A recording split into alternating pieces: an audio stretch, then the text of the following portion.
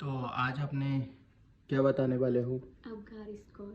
Apgar score तो बहुत अच्छा टॉपिक है और काफ़ी एमसीक्यू इससे पूछे जाते हैं। तो अबगार स्कोर हम क्यों करते हैं? बेबी के असेसमेंट के लिए वो हेल्दी है या अनहेल्दी है इसका हम पता कर सकते हैं इस प्रोसेस से। अच्छा, और कब करते हैं हम? कब करते हैं?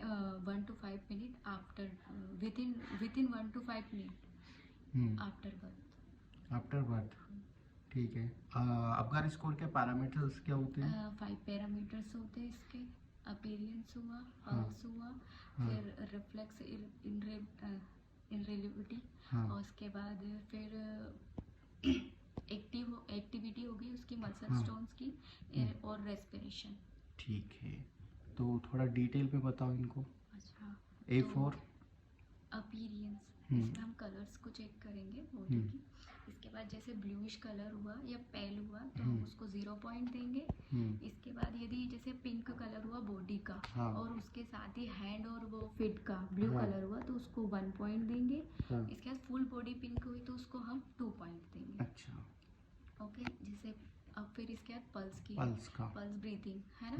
इसके बाद यदि ब्रीथिंग अपसेंट है तो उसको हम 0 पॉइंट देंगे, और बिलो 100 है तो उसको 1 पॉइंट देंगे। इसके बाद अबव 100 है तो उसको हम 2 पॉइंट देंगे। हाँ। है ना। ठीक है। फिर रिफ्लेक्स हुआ हाँ। बॉडी का, तो यदि जैसे कि रिस्पॉन्स नहीं हुआ बॉडी में तो हम उसको 0 पॉइंट देंगे। हाँ। ओके, जैसे कि इसके बाद फिर है ना वो फेशियल मूवमेंट हुआ उस बॉडी का, सॉरी फेशियल रिफ्लेक्सिबिलिटी में हम बताएंगे। जैसे कि यदि वो रिस्पॉन्स नहीं कर रहा उसने स्टिमुलेट करने के बाद तो हम उसको 0 पॉइंट देंगे।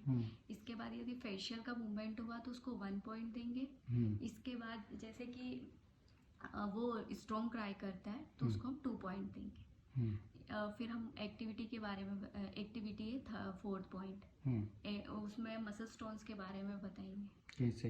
ये ऐसे कि जैसे कि मसल स्टोन में यदि रिस्पॉन्स नहीं हुआ लिम्ब और उसका मूवमेंट नहीं हुआ मसल टोन का तो हम उसको 0 पॉइंट देंगे। हाँ। और सम मसल्स मूवमेंट हुए तो उसको 1 पॉइंट देंगे।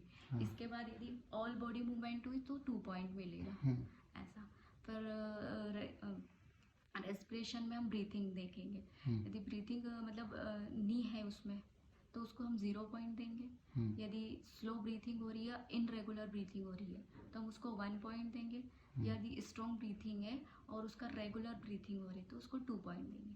और ऐसे ही जैसे कि हम उसको पॉइंट देंगे ना, तो जैसे 0 to 3 हुआ